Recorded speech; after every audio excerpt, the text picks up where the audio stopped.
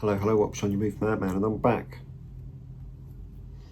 And today's extremely exciting because I get to talk to you about a kind of black and white, but not quite black and white 4K Blu-ray. It's brand new as well.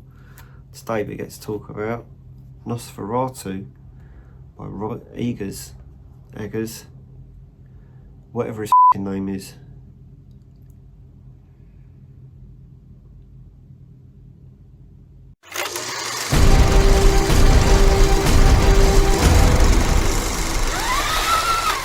So here we go then. This is Nosferatu. Believe it or not, this is a remake of Nosferatu. There's the back cover for you there. We're going to take the slip cover off. That cover's the same. Let's get the plastic off though, yeah? Let's do that first.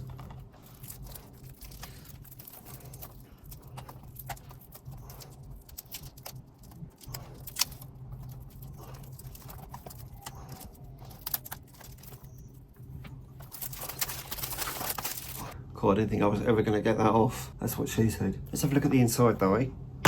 Cool, so you got a nice 4K disc on the front there, and a Blu-ray in there as well. Some nice original artwork for you there too.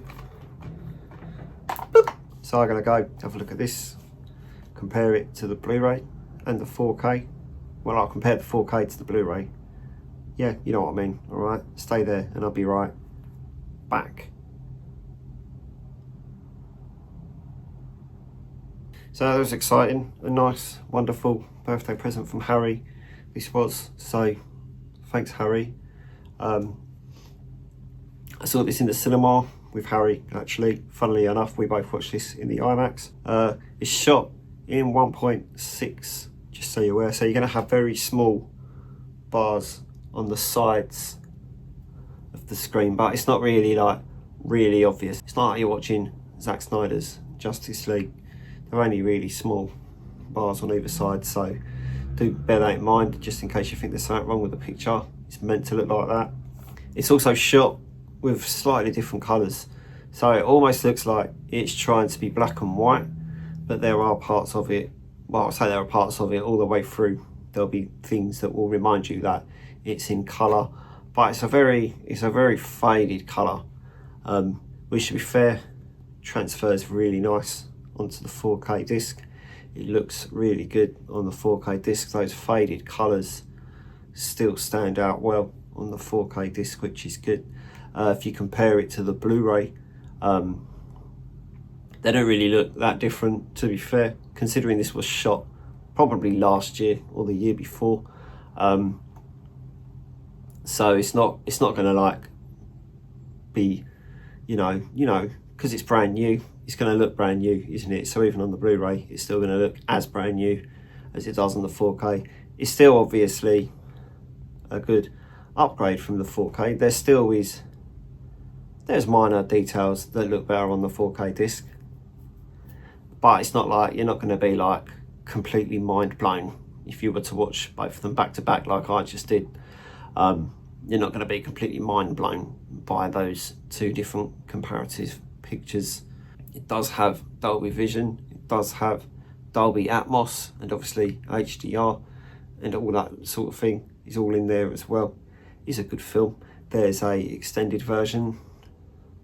I'm pretty sure the extended version's on both discs. It's not one of those where the extended version's only on the Blu-ray. Pretty sure the extended version was on the 4K disc as well. I probably should have looked at that when I put it in, but obviously I didn't. But I'm pretty certain the extended version's on both, otherwise it probably wouldn't be blaring it out at the top there. So there is that. It's a decent film. It's basically Bram Stoker's Dracula. So if you've seen Bram Stoker's Dracula or any stories based on the book of Bram Stoker's Dracula, it's the same story again. Nosferatu, the original Nosferatu made in the 1920s, was also based on Bram Stoker's Dracula, and probably about an hour shorter than this. So they do go into a lot more detail in this story, but you know, at least it's a story. You know, they focus a lot more on story and characters, and you know, I quite like that. about a film sometimes. It's nice to have a bit of story and character sometimes, isn't it? I'm going to go straight out there and say I'm not really the biggest Robert Eggers fan. Sorry if that upsets you, but a lot of the films, I mean, he's only made about 4, but I'm pretty sure the other films of his that I've seen I didn't really like all that much. The Lighthouse was a bit weird. I mean, The Lighthouse was alright, it was just a bit weird and I didn't really understand it. So maybe that's why I didn't like it, because I didn't understand it. But The Lighthouse was moderately alright. I liked what he was trying to do, but I don't know, it wasn't quite my cup of tea. Should have had a bit more milk and maybe an extra sugar. So there was that. The Witch was probably one of the shittest horror films I've ever seen in my life. Now, I went into The Witch at the cinema and everyone was like, this is literally the scariest thing you're ever going to sit through in your life. So when I went into The Witch, I was a little bit nervous. I was a bit like, this is actually going to scare me and I'm going to have nightmares for the rest of my life. And I thought it was really boring. I'm sorry, but I thought The Witch was really boring.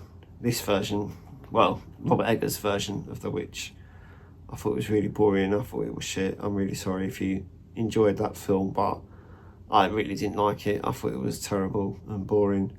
This was good. I didn't mind this. I mean, I went into it not expecting much because, like I say, I'm not the biggest fan of the director. So I went in it thinking this is probably not going to be all that. And I wasn't disappointed. I'm not saying it was the greatest film I've ever seen, but it definitely wasn't as bad as I thought it was going to be. So I guess that's a positive there. It just plays that when you go into films expecting to be disappointed, you usually end up enjoying them a bit more. So I'd like to try and go in with a mindset like that with more films, but there's so much stuff that I'm looking forward to watching and then I go and watch it and I'm like, that wasn't really that good. But it turns out the films that I think are going to be rubbish are usually the ones that I like a little bit more than I expect them to. So yeah, that's enough about Nosferatu now. I'm going to leave you be. If you could like this video and subscribe to the channel if you haven't already, and I'm going to fuck off. Okay? Goodbye.